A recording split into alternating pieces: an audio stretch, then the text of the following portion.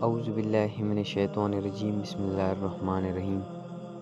حضرت مولا علی علیہ السلام اور امیر معاویہ کے درمیان اختلاف اور جنگ کی وجوہات و واقعات۔ شہادت عثمان۔ 10 ہجری میں رسول اللہ صلی اللہ علیہ وسلم نے آخری حج کیا۔ حضرت علی علیہ السلام بھی یمن سے آ کر بطور خاص حج میں شریک ہوئے۔ کسے معلوم تھا کہ یہ رسول اللہ صلی اللہ علیہ وسلم کا آخری حج ہے۔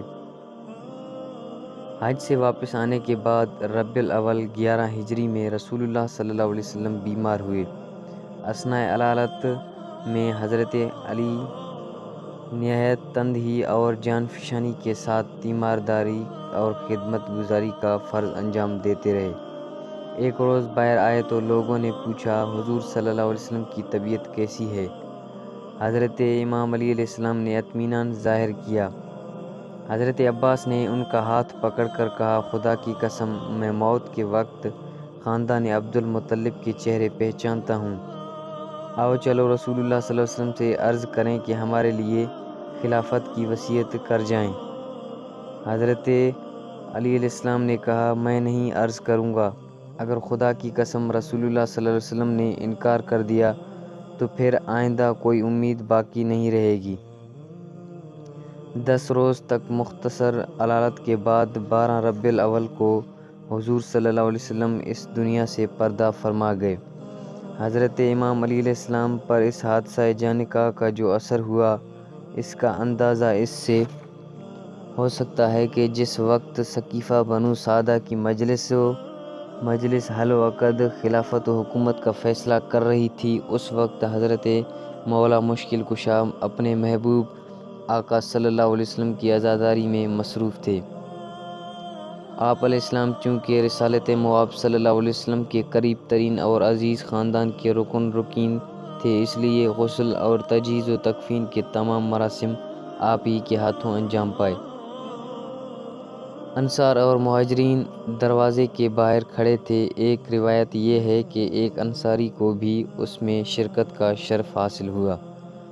رسول اللہ صلی اللہ علیہ وسلم کو غسل دیتے وقت اور کفن پہناتے وقت حضرت مولا مشکل کشا نے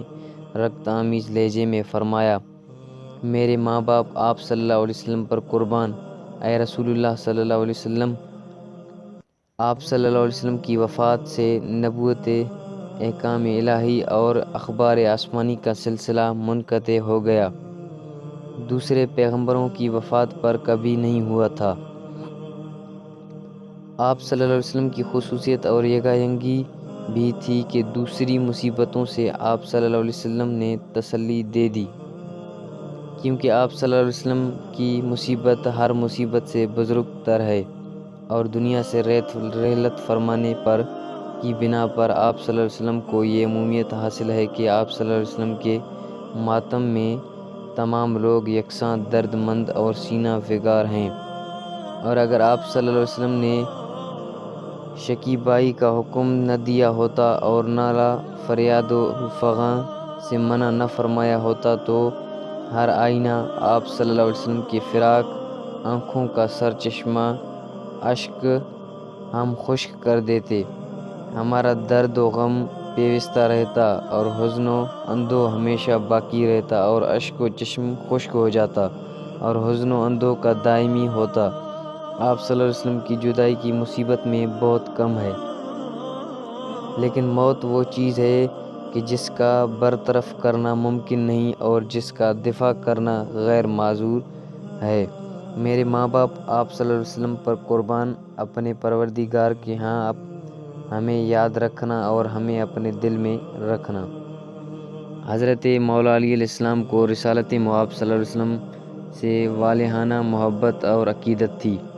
اور آپ علیہ السلام حضور صلی اللہ علیہ وسلم کی خدمت میں ان سے ایک پل بھی جدا ہونے کا تصور نہیں کر سکتے تھے۔ اپنے ایک خطبہ مبارک میں آپ علیہ السلام نے حضور صلی اللہ علیہ وسلم کے ساتھ اپنے روابط کا ذکر یوں فرمایا کہ میں نے عہد کم سنی میں عربوں کے سینے زمین پر پٹک دیے، بڑے بڑے عرب سرداروں کو شکست دی، شاہ خور ویران قبیلہ یعنی ویران قبیلہ ربیہ اور مفر کو شکست فاش دی، اور تم میری اس قدر و منزلت سے واقف ہو جو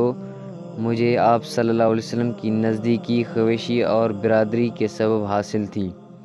نیز اس مقام بلند اور احترام مخصوص سے بھی حضرت صلی اللہ علیہ وسلم نے عہد طفولیت میں مجھے اپنی گود میں پرورش فرمایا،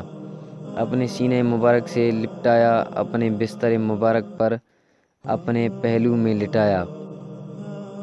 تن گرامی کو مجھ سے مس فرماتے تھے، اپنی بوئے خوش مجھے سنگھاتے تھے، اور اپنی چبائی ہوئی خوراک میرے منہ میں ڈال دیتے تھے، جیسا کہ باپ بیٹے کے ساتھ کرتا ہے۔ آپ نے میری گفتار میں کبھی دروغ اور میرے کردار میں خطا و اشتباہ نہیں پایا، اور جب حضرت صلی اللہ علیہ وسلم کا دودھ بڑھایا گیا، اس وقت سے خدا نے اپنے فرشتوں میں سے ایک بزرگ ترین فرشتہ روح القدس کو آپ صلی اللہ علیہ وسلم کا ہم نشین قرار دیا، کہ آپ صلی اللہ علیہ وسلم کو روز و شب دنیا کے اخلاق کے کریمہ اور محاسن عظیمیہ کی سیر کراتا تھا،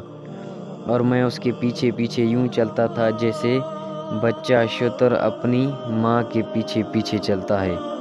یعنی ہمہ وقت آپ صلی اللہ علیہ وسلم کے ساتھ رہتا تھا، کبھی جدا نہ ہوتا تھا۔ آپ صلی اللہ علیہ وسلم ہر روز از خود ہائے خود کوئی چیز مجھ پر اشکار فرماتے تھے، اور اس کی پیروی کے لیے مجھے حکم دیتے تھے، اور ہر سال قبل از نبوت ایک مہینہ آپ صلی اللہ علیہ وسلم حرا میں اقامت فرماتے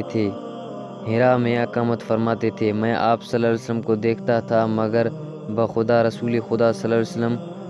خدیجہ سلام اللہ علیہا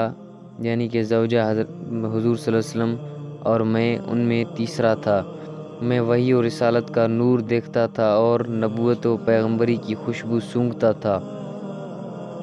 اور جس ہنگامے رسول اللہ صلی اللہ علیہ وسلم پر وحی نازل ہوئی، میں نے شیطان کی آواز سنی۔ میں نے کہا، اے رسول خدا صلی اللہ علیہ وسلم، یہ آواز کیسی ہے؟ آپ صلی اللہ علیہ وسلم نے فرمایا، یہ شیطان ہے جو اب اپنی پرستش سے بالکل مایوس ہو گیا ہے، کیونکہ اس وحی و نبوت کے بعد ضلالت و گمراہی کا دور ختم رہا تھا،